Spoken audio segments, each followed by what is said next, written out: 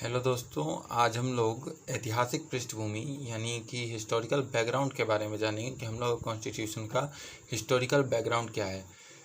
1757 में क्या हुआ कि आपका प्लासी का युद्ध जो है वो अंग्रेज जीत गया। 1764 में बक्सर का युद्ध भी जीत गया। 1765 में इलाहाबाद का संधि होता है जिसमें अंग्रेज़ों को बंगाल, बिहार और उड़ीसा का दीवानी मिल जाता है। ये सब चीज़ तो आपको पता था, लेकिन ये दीवानी मिलने के साथ साथ अंग्रेज़ का जो कंपनी था, ईस्ट इंडिया कंपनी, उसमें बहुत ही ज़्यादा करप्शन हो गया। जो इसका कर्मचारी लोग था वो प्राइवेट जो है ट्रेड भी अपना करना शुरू कर दिया, प्राइवेट बिजनेस करने लगा और बहुत ज़्यादा भारतीयों पे अत्याचार करने लगा। तो ये सब को देखते हुए इंग्लैंड पे ग्लोबल लेवल का प्रेशर क्रिएट हुआ, जो कि अंग्रेज़ों को ये मजबूर कर दिया, अंग्रेज़ी सरकार को जो इंग्लैंड में था उसको मजबूर कर दिया कि हम कंपनी को अब क्या करें, रेगुलेट करें। तो सबसे पहला इसमें कदम उठाया गया, रेगुलेटिंग एक्ट आया 1773 में। तो इसमें क्या क्या प्रावधान हुआ, तो कलकत्ता में एक सुप्रीम कोर्ट बनाया गया जिसमें एक CGI होता था और उसका 4 और उसका सहायता देने के लिए। आपको CGI को याद रखना है कि सबसे पहला CGI कौन बनाया गया, तो एलिजा एम्पे बनाया गया। ये 3 आप याद रख भी सकते हैं, और अगर आप में शक्ति है तो याद रखें, ना शक्ति हो तो ना रखें याद। हम तो नहीं रखते। अब देखते हैं, बंगाल का गवर्नर जो था उसका नाम बदलकर बंगाल का गवर्नर जनरल कर दिया। पहले गवर्नर कौन था, क्लाइव था, और अब जो है बंगाल का गवर्नर जनरल वॉरेन हेस्टिंग बना दिया गया। तो अगर पूछ सकता है कोई कि बंगाल का गवर्नर जनरल कौन बना सबसे पहला, तो वो वॉरेन हेस्टिंग थे हमारे। इसके अलावा एक एग्जीक्यूटिव बोर्ड भी बना दिया गया जिसमें गवर्नर जनरल होता था और 4 उसका और मेंबर होता था, और इनका टर्म जो है 5 ईयर का होता था। निजी व्यापार और उपहार लेने में प्रतिबंध लगा दिया। क्या करता था ना कंपनियां का जो कर्मचारी था कि वो राजा वाजा से सबसे उपहार वगैरह पूरा लेता था, इंडिविजुअल लेवल पे अपने आप। कंपनी नहीं कर रहा है, अपने आप, कि समझ लीजिए करप्ट हो गया था सारा उसका कर्मचारी। फिर एक पहले कोर्ट ऑफ डायरेक्टर था, कंपनी में ही था कोर्ट ऑफ डायरेक्टर, जो कि गवर्निंग बॉडी था कंपनी का। तो वो उसका क्या किया गया कि उसका जो संख्या है वो बढ़ा के 24 कर दिया गया और 4 साल इसका टर्म होता था। अब बोला गया इसको कि देखो भाई, तुम राजस्व, नागरिक और सैन्य मामला यानी कि टैक्स का मामला, और अगर नागरिक से कुछ जुड़ा हुआ वहाँ मामला है, और अपना सैन्य का मामला तुम क्राउन को बताते रहो। फिर बोला गया कि ये जो इनका जो है वेतन और भत्ता जो है बढ़ा दिए जाएंगे। अब वेतन भत्ता बढ़ाने के लिए सोचे थे कार्नवालिस और आपका वॉरेन हेस्टिंग, दोनों सोचे थे कि अगर इसमें आपका करप्शन है ज़्यादा तो हम अगर वेतन भत्ता को बढ़ा देंगे तो शायद करप्शन कम हो जाएगा, लेकिन ऐसा हुआ नहीं था। ये लोग का सोच अच्छा था लेकिन ऐसा नहीं हुआ था, करप्शन नहीं हटा था। तो फिर एक क्या होता है, आप देखिए रेगुलेटिंग एक्ट तो आ गया लेकिन उसमें कुछ थोड़ा बहुत कमी था, जिस कमी को दूर करने के लिए एक एक्ट ऑफ सेटलमेंट लाया गया 1781 में, जिसको हिंदी में संशोधनात्मक विधेयक, आप संशोधनात्मक बिल बोल सकते हैं, जो उसका कमी को दूर करने के लिए था। तो यहाँ पे लिखा भी हुआ है साफ साफ अक्षर में कि 1773 का जो एक्ट आया था उसका जो कमी था उसको दूर करने के लिए ये लाया गया था। कंपनी के कर्मचारी जो हैं सुप्रीम कोर्ट के दायरे में नहीं रहेंगे। अब कंपनी के कर्मचारी अब सुप्रीम कोर्ट के दायरे में नहीं रहेंगे। इस चीज़ से हमको ये पता चलता है कि अब जो है जो कार्यपालिका था और जो न्यायपालिका था वो दोनों के बीच में क्या हुआ, पावर का डिस्ट्रीब्यूशन हुआ। एग्जीक्यूटिव और जुडिशरी के पावर का डिस्ट्रीब्यूशन हुआ, जो आज भी हम लोग का कॉन्स्टिट्यूशन में आर्टिकल 15 में अब देखा जा सकता है। इसके बाद आता है, इसमें देख लीजिए उच्चतम न्यायालय जो है वो वही बात था यहाँ पे। उच्चतम न्यायालय जो सुप्रीम कोर्ट कलकत्ता में बना था उसका जो अधिकार था, क्षेत्राधिकार था, वो कलकत्ता के सभी वासियों पर लागू हो गया। उच्चतम न्यायालय को कानून बनाने के समय भारतीयों के धार्मिक और सांस्कृतिक रीति रिवाजों का ध्यान रखना होगा, ऐसा भी प्रावधान किया गया, किसमें, एक्ट ऑफ सेटलमेंट में। ये सब बातों को पॉइंट वाइज आप याद रख सकते हैं। ऐसे ये सब बहुत बड़ा, अब बुक में देखोगे ना तो बहुत बड़ा रहता है, लेकिन हम पॉइंट वाइज बना के दिए हैं। पिट्स इंडिया एक्ट इसके बाद आता है। आप देख चुके हैं कि 1773 में आ गया, 1781 में आ गया एक्ट ऑफ सेटलमेंट। इसके बाद पिट्स इंडिया एक्ट लाया गया। इसका भी जो है ना थोड़ा बहुत जो देखा जाए तो पहले का जो आया एक्ट उसका अगर कुछ गलती उसमें हो गया था जो कि नहीं कर पा रहा था पूरा कंपनी, तो उसके लिए इसको फिर से लाया गया पिट्स इंडिया एक्ट। सरकार देखिए इसके मदद से क्या हुआ, सरकार का कंपनी पर नियंत्रण बढ़ गया। अब क्या हुआ कि नियंत्रण बढ़ गया कैसे, तो नियंत्रण बोर्ड भी बना दिया गया, बोर्ड ऑफ कंट्रोलर बोलते हैं इसको, जो कि 6 सदस्य वाला होता था।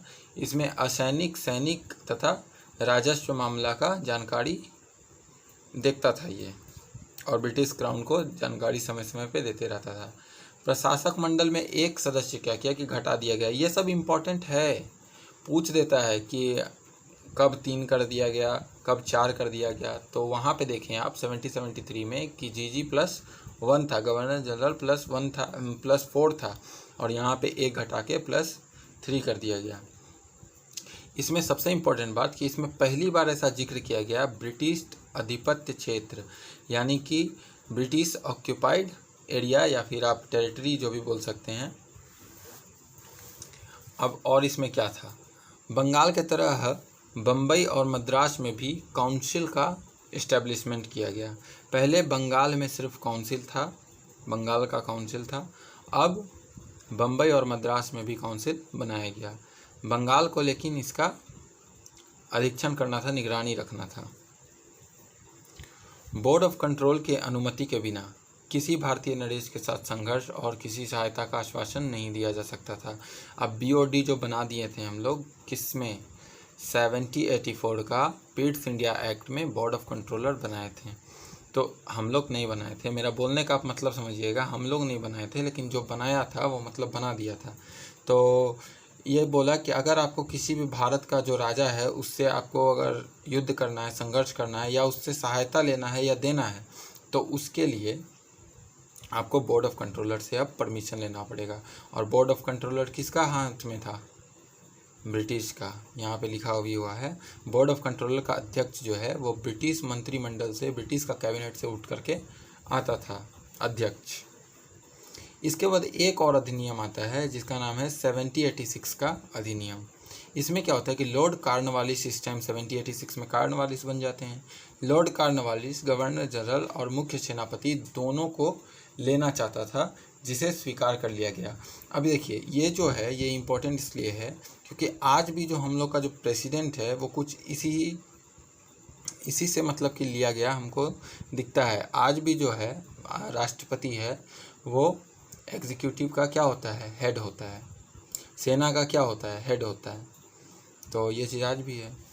फिर गवर्नर जनरल को वीटो पावर भी दे दिया गया। अगर आप वीटो पावर नहीं जानते क्या होता है तो मैं आपको सिंपल शब्दों में समझा दूं। वीटो पावर का मतलब है कि अगर 10 आदमी भी किसी एक पक्ष में झुका हुआ है, लेकिन अगर वीटो जिसके पास पावर है अगर वो नहीं बोल दिया तो 10 आदमी का जो वोट है वो खारिज हो जाएगा, लेकिन एक आदमी का बात चलेगा। यहाँ पे आप जैसे कि UN में देखते हैं कि UN में रशिया के पास वीटो पावर है, तो और 4 के पास और हैं। तो अगर और उसमें टोटल 193 कंट्री है, तो अगर 193 कंट्री में से 192 कंट्री अगर किसी एक बात पे असहमत है और जिसके पास वीटो पावर है जैसे कि रशिया के पास, और वो अगर सहमत है और वो अगर वीटो लगा देता है तो बात वही होगा जो वो चाहता है। तो यही होता है वीटो पावर, मतलब एक स्पेशल पावर। इसके बाद क्या होता है कि इसके बाद 4 चार्टर एक्ट आते हैं। चार्टर एक्ट आते हैं 4, जिसमें सबसे पहला है चार्टर एक्ट 1793 में। ये कॉर्नवालिस के टाइम में आया था। अब इसमें क्या बोला गया देखिए। अब इसके बाद आपको चार्टर में आपको क्या देखना पड़ेगा कि ये जो अब आपको ब्रिटिश पार्लियामेंट का मंशा को समझना है, उसको समझना है कि वो करना क्या चाहता है। तो ये क्या कर रहा है ना कि जैसे रबड़ जो है, रबड़ को आप खींच दीजिएगा तो अगर आप एक बैग छोड़ दीजिएगा तो रबड़ आपको चोट पहुंचा देगा, लेकिन आपको रबड़ को धीरे धीरे फिर एक जगह पे लाना होगा अगर रबड़ खींचा हुआ है तो उसी तरह से आपको ये 4 चार्टर में आपको वैसा ही कुछ देखने को मिलेगा, तो आप देख सकते हैं। तो सबसे पहले आता है चार्टर एक्ट 1793। इसमें क्या बोला गया है, कंपनी के व्यापारिक अधिकार 20 साल तक बढ़ा दिया गया। बोर्ड ऑफ कंट्रोलर का वेतन जो है वो भारतीय राजस्व से देना तय हो गया। जिला कलेक्टर को न्यायिक शक्तियां से वंचित कर दिया गया कि जिला कलेक्टर जो है वो न्याय का जो चीज़ है वो नहीं करेगा, वो सिर्फ उसका काम सिर्फ क्या रहेगा, तो वसूलना टैक्स। फिर चार्टर एक्ट 1813 आया, तो फिर क्या किया कि अधिकार को पुनः 20 वर्ष तक बढ़ा दिया। देख रहे हैं रबड़ को धीरे धीरे छोड़ा जा रहा है, तो अधिकार को पुनः 20 वर्ष के लिए बढ़ा दिया गया। भारतीय व्यापार पर एकाधिकार उसका समाप्त हो गया। अब देखिए एकाधिकार समाप्त होने का मतलब क्या है कि ये लोग क्या किया था, ईस्ट इंडिया कंपनी की एक ऐसा मतलब आज्ञा लेकर के आया था अपने देश से कि दूसरा ब्रिटिश का जो कोई कंपनी है वो भारत में व्यापार ना कर पाए। लेकिन यहाँ से क्या हुआ कि इसको ख़त्म कर दिया गया। लेकिन चीन से और चाय से, दोनों चाय से चीज़ है, लेकिन चीन से और चाय का दोनों का व्यापार पे एकाधिकार अभी भी बना रहा। और इसमें देखिए हर चीज़ का ना एक चीज़ तो मोटा मोटी आप याद ही रखिएगा जो एकदम सबसे मेन है। तो 1813 का सबसे मेन बात यह है कि शिक्षा और संस्कृति के लिए 1 लाख रुपये पर ईयर इसमें देने का प्रावधान किया गया, खर्च करने का प्रावधान किया गया कि शिक्षा और संस्कृति के लिए 1 लाख रुपया हम हर साल लगाएंगे। तो इसी के बाद से क्या होता है कि जो इंडिया में बहुत सारा, आप तो जानते होंगे, अगर आप मॉडर्न हिस्ट्री से अच्छे से आप परिचित हैं तो आप जानते होंगे कि एशियाटिक सोसाइटी ऑफ बंगाल खोला गया था। फिर आपका भगवद गीता का, अभिज्ञान शकुंतलम का, या फिर भारत का जितना भी ग्रंथ था उसको ये किया गया था, रीडिंग किया गया था, उसका इंग्लिश में ट्रांसलेशन किया गया था। तो ये सब काम यहीं से शुरू होता है अच्छे से। अब देखिए ईसाई मिशनरी जो था उसका भारत में प्रवेश हुआ, यानी कि अब ईसाई लोग यहाँ धर्म का प्रचार करने के लिए आना शुरू हो गए। फिर चार्टर एक्ट 1833 आता है। इसमें अधिकार को फिर से 20 वर्ष के लिए बढ़ा देता है, लेकिन व्यापारिक अधिकार ख़त्म कर देता है कि अब तुम कंपनी का काम अब क्या था, सिर्फ ब्रिटिश के ओर से, ब्रिटिश का जो मतलब वहाँ का जो ब्रिटिश का जो किंग था उसके ओर से भारत पे शासन करना, बस अब इतना ही काम बच गया था ईस्ट इंडिया कंपनी का। बंगाल का जो गवर्नर जनरल था उसका अब नाम बदल के भारत का गवर्नर जनरल कर दिया गया। और इस तरह सबसे पहला कौन हो गया, विलियम बेंटिक। यह बहुत मस्त आदमी था, ये सती प्रथा को बंद करने में और ये सब करने में ये अच्छा योगदान दिया। तो ज़रूरी नहीं है कि सभी लोग गलत थे, कुछ कुछ इसमें से अच्छे भी थे, जैसे रिपन और एलन बेरो, ये दो हमको सही आदमी लगता है। एलन बेरो जो थे वो दास प्रथा को ख़त्म किए, और रिपन जो है वो भी बहुत ही ज़्यादा भारतीयों से अच्छे से व्यवहार करता था। अब देखिए विलियम बेंटिक को क्या क्या दे दिया गया। एक तो परिषद का काम वो संभालता था, इसका जो था ही परिषद जो आप देख रहे थे, कभी 3 कभी 4 कर दे रहा था, पहले 4 था फिर 3 किया। फिर आपका यहाँ पे अब देखते हैं आगे भी इससे छेड़छाड़ होगा परिषद से। विलियम बेंटिक जो है परिषद, सैनिक और रासायनिक कार्य पर नियंत्रण और निरीक्षण करता था, यानी इसका थोड़ा सा काम बढ़ गया। बम्बई और मद्रास का जो है गवर्नर जनरल ऑफ इंडिया के अधीन हो गया। फिर इसके अलावा कुछ कुछ और चीज़ देखने को मिलता है, जैसे प्रशासन का केंद्रीकरण हो गया। प्रशासन का केंद्रीकरण यानी सेंट्रलाइजेशन का मतलब क्या है, देख रहे हैं आप, देख ही रहे हैं, बम्बई और मद्रास सब किसके अधीन हो गया, गवर्नर जनरल ऑफ इंडिया के। तो सेंट्रलाइजेशन शुरू हुआ 1830 से। कानून बनाने का अधिकार दे दिया गया किसको, गवर्नर जनरल प्लस परिषद को। ठीक है, गवर्नर जनरल और उसका परिषद में जो 4 मेंबर था, नहीं क्या बोलते हैं, पहले 3 था ना, 1 मिनट,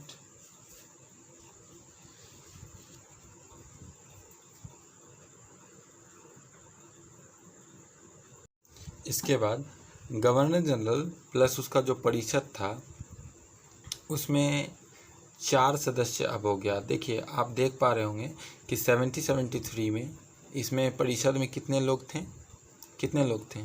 4 थे।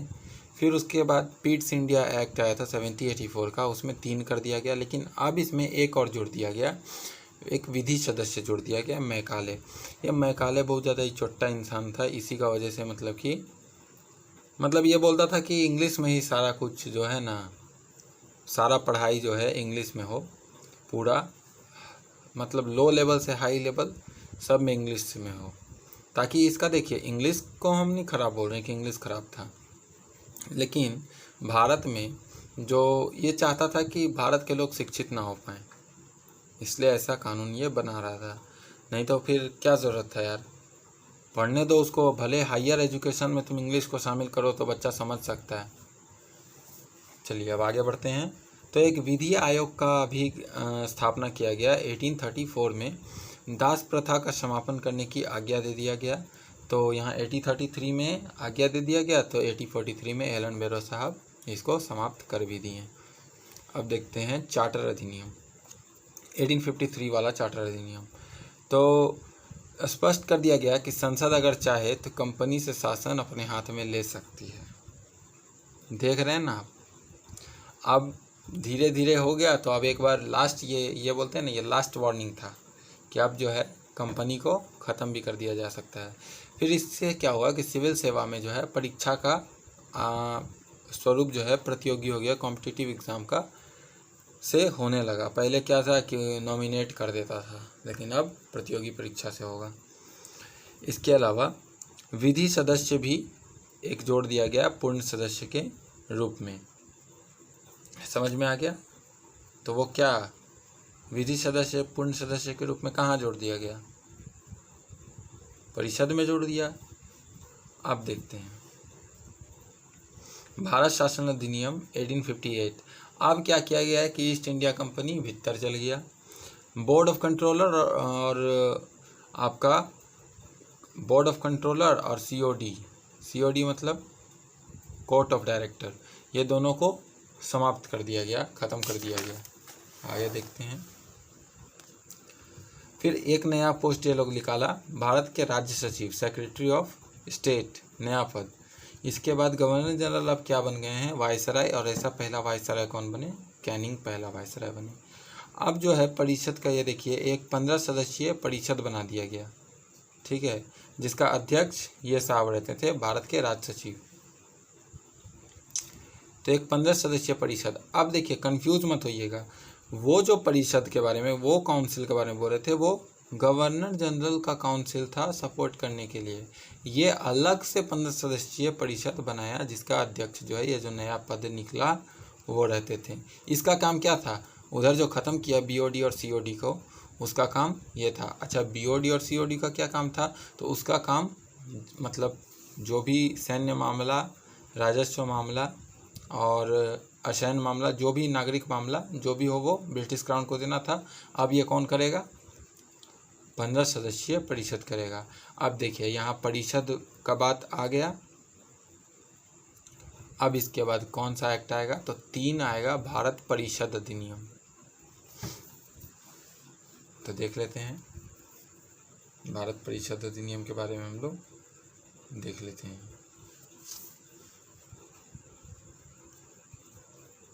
सबसे पहली बात, भारत परिषद अधिनियम 1861 आता है सबसे पहले परिषद अधिनियम में।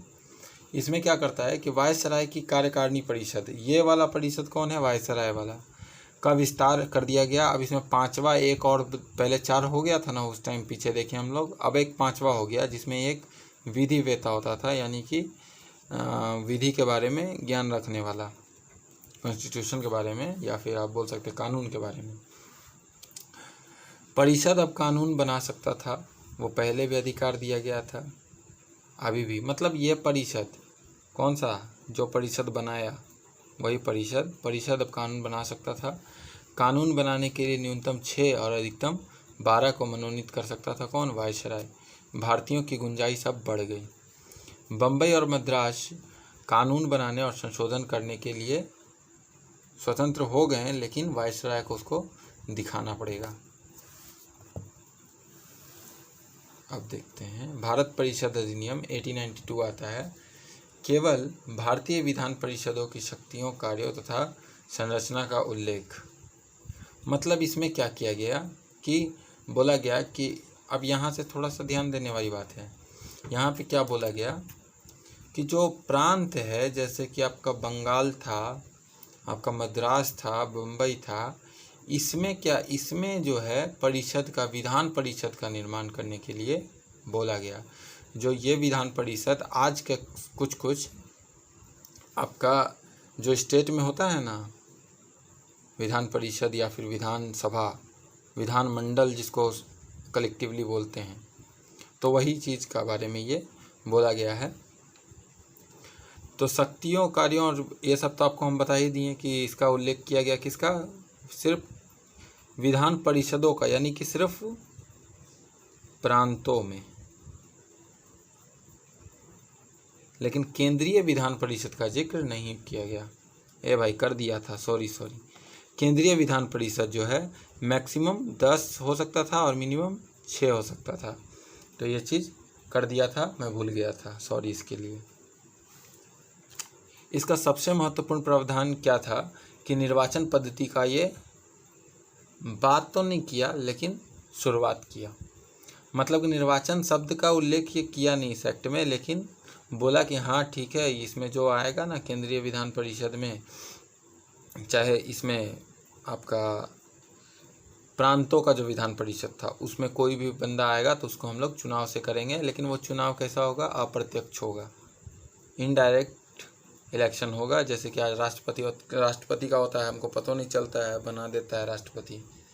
तो उसी तरह से विधानमंडल का जो अधिकार था वो बजट पर विचार रखना, ठीक है, प्रस्ताव या मतदान देने का नहीं था। यानी कि बजट से रिलेटेड जो भी बात था, बजट पे विचार रखने का, वो किस एक्ट के थ्रू आया, तो 1892 के थ्रू आया। फिर आपको सार्वजनिक हित के मामले में 6 दिन पहले सूचना देना इसमें प्रावधानित किया गया। तो अब हम लोग देख सकते हैं कि ये जो चीज़ मैं आपको बता रहा हूँ कि 6 दिन पहले सूचना देकर आप बजट पे बहस कर सकते थे या कुछ विचार अपना विधानमंडल में रख सकते थे, यानी भारतीय भी रख सकते थे। लेकिन अभी तक भारतीय को चुनाव का शब्द तो, मतलब चुनाव जैसा प्रक्रिया तो था, लेकिन शब्द उल्लेख नहीं किया गया था इसका। इस एक्ट का सबसे ज़्यादा जो खिलाफ थे वो बाल गंगाधर तिलक साहब थे। बोले कि अरे यार, तुमको हम लोग को बना रहा है क्या, हाँ, हम लोग मूर्ख समझा है। तुमको जब चुनावे करना है तो उसको प्रत्यक्ष करो, अप्रत्यक्ष करेगा तो फिर तो तुम लोग मनोनीत कर देगा या घूस लेके अपना ही आदमी को घुसा देगा। तो इस तरह से बाल गंगाधर तिलक थोड़ा सा घुसा गए थे भी गरम दिमाग का आदमी। अब देखो, भारत परिषद अधिनियम 1909 आता है, जिसको मार्ले मिंटो सुधार बोलते हैं। मार्ले मिंटो सुधार, इसमें जो मार्ले था वो आपको पहले जो पोस्ट बनाया गया था 1858 में, आपका सेक्रेटरी ऑफ स्टेट वो मार्ले साहब थे। और मिंटो कौन था, तो मिंटो अपना वायसराय था। तो ये लोग दोनों मिल के सोच समझ के अपना ये कानून बनाया था, तो इसलिए इसका नाम पड़ गया मार्ले मिंटो सुधार। अब इसमें देखते हैं कुछ सुधार है कि और गड़बड़ा दिया है।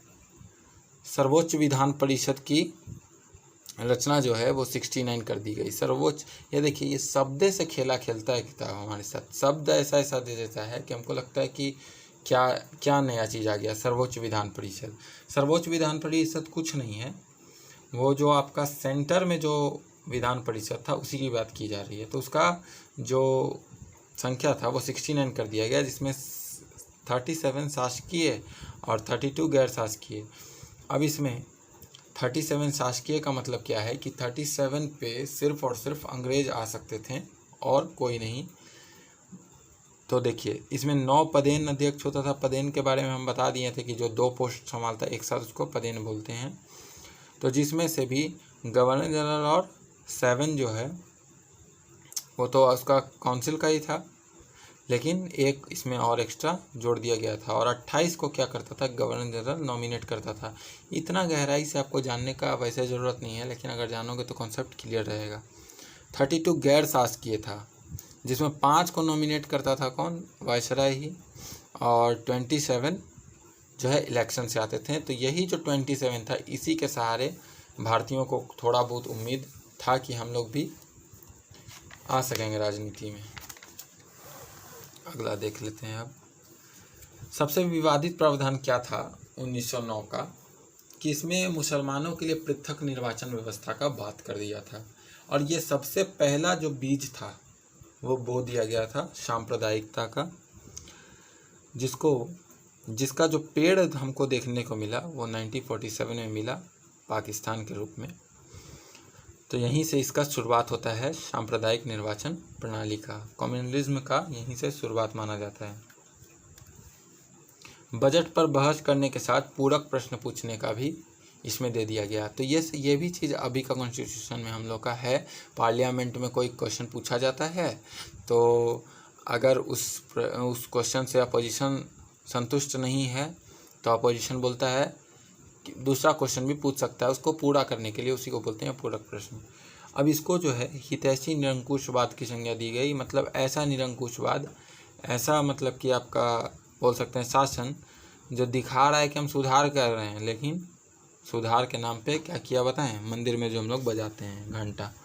अब आते हैं भारत शासन अधिनियम 1919, मॉन्टेग्यू चेम्सफोर्ड। देखिए शब्द का बहुत बड़ा खेला होता है, ध्यान दीजिए कि ये जो 1909 वाला जो एक्ट था वो परिषद अधिनियम था, और ये क्या है, भारत शासन अधिनियम 1919 है।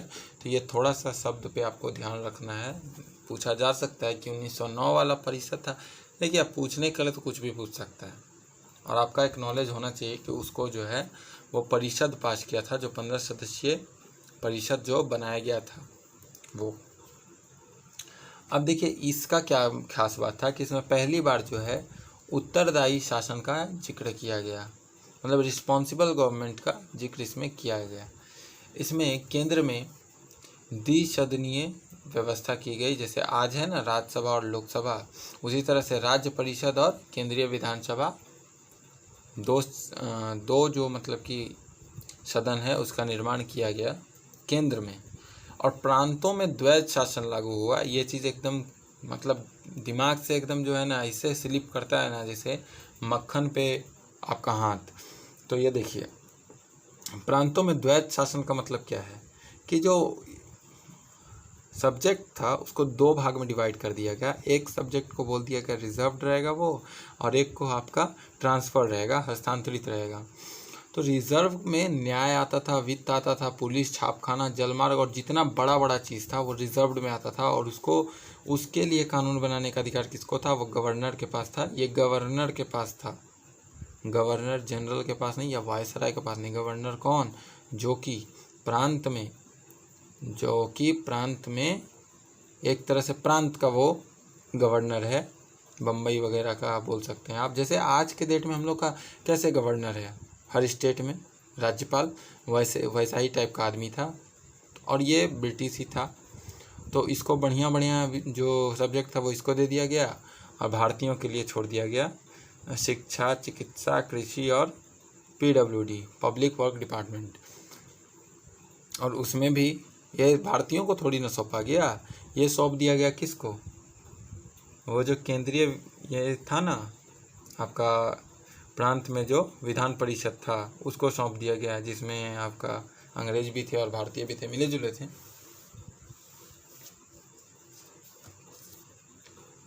तो अब देखते हैं भारतीयों की संख्या ना के बराबर थी यहाँ तक। अब देखते हैं इसमें भी पृथक निर्वाचक मंडल का बात किया, लेकिन ये जो चेम्सफोर्ड था ना वो मिनटों से 1 गुना ज़्यादा वो मतलब इस मामले में हरामी था बोल सकते हैं। मुस्लिम को तो किया वो मिनटों करके चला गया, और ये जो चेम्सफोर्ड था सिख को, ईसाई को, यूरोपीय को, एंग्लो इंडियन को, सब को बोला कि सब का लिए जो है ना सेपरेट इलेक्टोरेट रहेगा। इसके बाद लास्टली आता है भारत शासन अधिनियम 1935, और ये बहुत ही ज़्यादा इम्पोर्टेंट हो जाता है हम लोग के कॉन्स्टिट्यूशन के लिए। बहुत सारा ऐसा लगभग 80 पेज का ये एक्ट बना था। इसमें क्या था कि बहुत सारा ऐसा चीज़ दिया हुआ है जिसको हम लोग कॉन्स्टिट्यूशन जो है सीधा हम लोग उसको छाप लिए हैं। अब देखिए ये कोई बुरी बात नहीं है, नकल करने से अकल आता है, सही बात है, ये कोई बुरी बात नहीं है कि छाप लिए हैं। लेकिन हाँ सच्चाई यही है कि हम लोग छापे बहुत हैं, संविधान में बहुत छापा छापी हुआ है, इतना पढ़ लिख के भी डॉक्टर अम्बेडकर साहब जो है ना छापा छापी किए थे, लेकिन ये अच्छा ठीक किए थे, हम गलत नहीं बोल रहे इस चीज़ को, क्योंकि अच्छा चीज़ को सीखने में क्या बुराई है। तो अब देखते हैं, संघात्मक सरकार की स्थापना का प्रयास किया गया। फेडरल गवर्नमेंट मतलब आज कैसे है कि आज जो है हर एक स्टेट में अपना क्या है, तो अपना विधानमंडल है, और वो अपना कानून बनाने के लिए स्वतंत्र है, लेकिन वो जुड़ा हुआ है किससे, केंद्र से, सेंटर से वो जुड़ा हुआ है। तो इसी सिस्टम को फेडरल सिस्टम बोलते हैं। तो फेडरल सिस्टम बनाने का किया गया प्रयास जो आज भी है। प्रांतीय द्वैत शासन को ख़त्म कर दिया गया। वर्मा को भारत से अलग कर दिया गया। राज सूची, संघ सूची और समवर्ती सूची जो आज भी हम लोग का इंडियन कॉन्स्टिट्यूशन में शेड्यूल 7 में दिया गया है वो किया गया। इसके बारे में क्या है, इसके में हम डिटेल से बनाएंगे एक दिन। संघीय न्यायालय की स्थापना किया गया और अवशिष्ट शक्ति जो है वो वायसराय को दे दिया गया। तो यहाँ पे जो है ख़त्म होता है 1935 का शासन अधिनियम के साथ ये समाप्त होता है। इसके बाद एक भी आया था जिसको बोलते थे भारत स्वतंत्रता अधिनियम 1947, तो वो कुछ इतना खास नहीं, उसमें तो यही बात था ना कि हाँ ठीक है अब भारत को स्वतंत्र कर देंगे। तो खैर आज का वीडियो ख़त्म होता है। वीडियो अगर आपको अच्छा लगा हो, हाँ ये बात सही है कि हम अभी नया वीडियो बना रहे हैं तो मेरे को उतना हैबिट नहीं है बोलने का, लेकिन अगर कंटेंट में आपको कहीं पे लगता है कि कुछ मेरे से गलती हो गई है तो आप उसको निसंकोच आप कमेंट कर सकते हैं, वो मेरे लिए बहुत ही ज़्यादा हेल्पफुल होगा। तो थैंक यू, बाय।